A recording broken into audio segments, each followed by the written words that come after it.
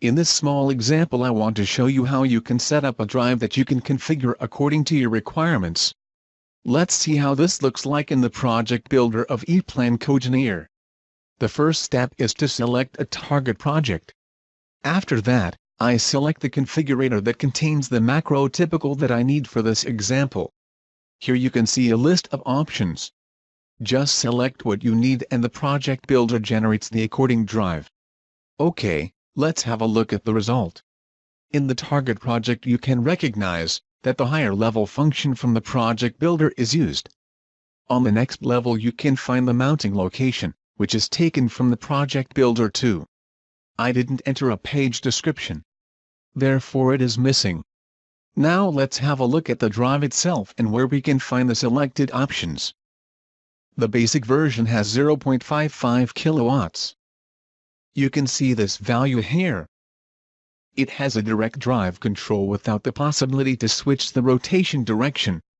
This is the according part in the schematic. The drive will be connected to the machine via terminals. They are displayed here. The drive will be used for grinding. Therefore the according function text is used in the schematic. In addition, the mounting location for the drive and the mounting location for the cables are the same as in the project builder. OK, now I need a different drive. This time I want to have more power. And I want to have the possibility to switch the rotation direction too. Instead of terminals I prefer pins to connect the drive to the machine. Just for demonstration purposes I enter my drive as page description. My drive will be used to feed a machine. That's why I want to change the function text in the schematic. Let's see what the project builder generates now. As you can recognize immediately, the new page description is displayed in the page navigator. My drive now has 1.5 kilowatts.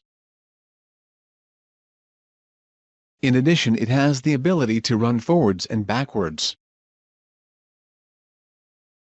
My preferred connection type is used too.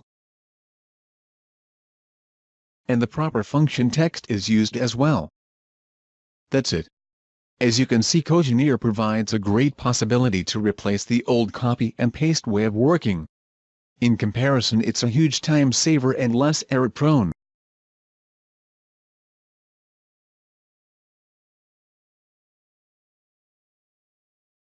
In this part of the video I want to show you what is defined in the designer of EPLAN Cogineer. Therefore I open the designer and the project builder next to each other.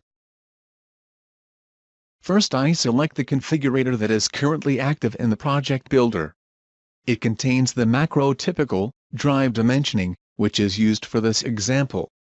To open it, I switch back to the tab, Macro Typicals, and select it in the sidebar. In the upper section you can see several configuration variables. The display names of these variables are shown in the project builder. The options that are selected in the project builder are used as values for these variables. OK, the first macro in the list is an empty basic page. The other macros are placed on. Some of the configuration variables are referenced to properties of this macro. The next macro in the list contains the basic schematic for the drive. The structure elements, that are displayed in light gray, are inherited from the first macro. Again, there are some configuration variables, that are referenced to properties of the macro. Both macros are always active.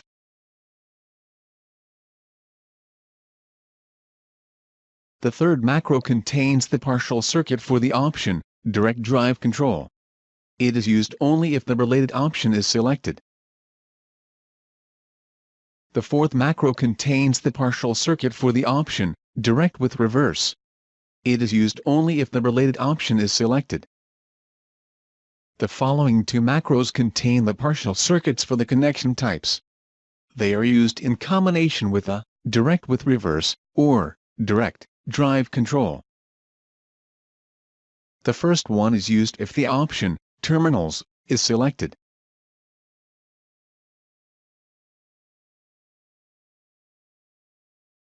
The second one is used for the same drive controls, but only if the option, pins, is selected.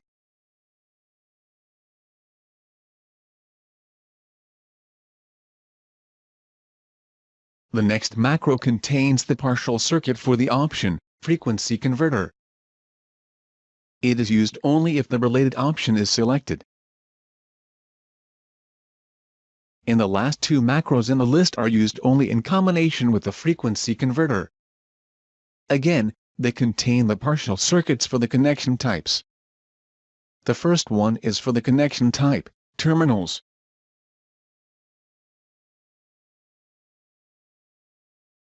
The second one is for the connection type, pins. And that's all. These macros cover all possible combinations that can be generated in the project builder. Now let's have a look at the macros themselves.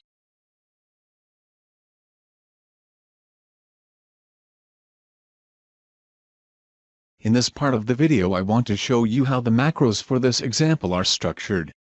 Therefore I close all parts of EPLAN Cogineer and expand the view of the macro navigator. The first macro I want to show you is the empty basic page the other macros are placed on. There is a placeholder object that contains a single variable for the page description. It's referenced to the according properties of the macro and it's shown in the designer of EPLAN Cogineer. Okay, now let's have a look at the macros that are used for my drive. The partial circuits for all the options are split into several macros. This one contains all the parts that are necessary for the connection type, pins, in combination with a direct or direct with reverse drive control. There is a placeholder object that contains two value sets. Depending on the selected power of the drive, the according value set will be used for the referenced macro properties. The next macro is used in the same combination, but for the connection type, terminals. The placeholder object is the same as in the macro before. This macro contains the partial circuit for the direct drive control.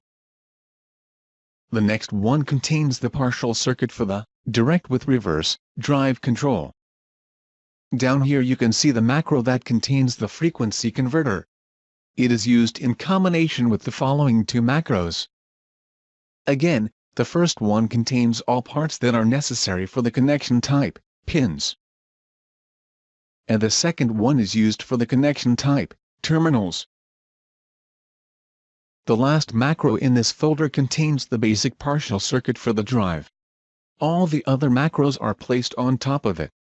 In the upper section one of the macros for the drive control are placed. And down here the macros for the connection types are placed. Okay. In addition there are several placeholder objects.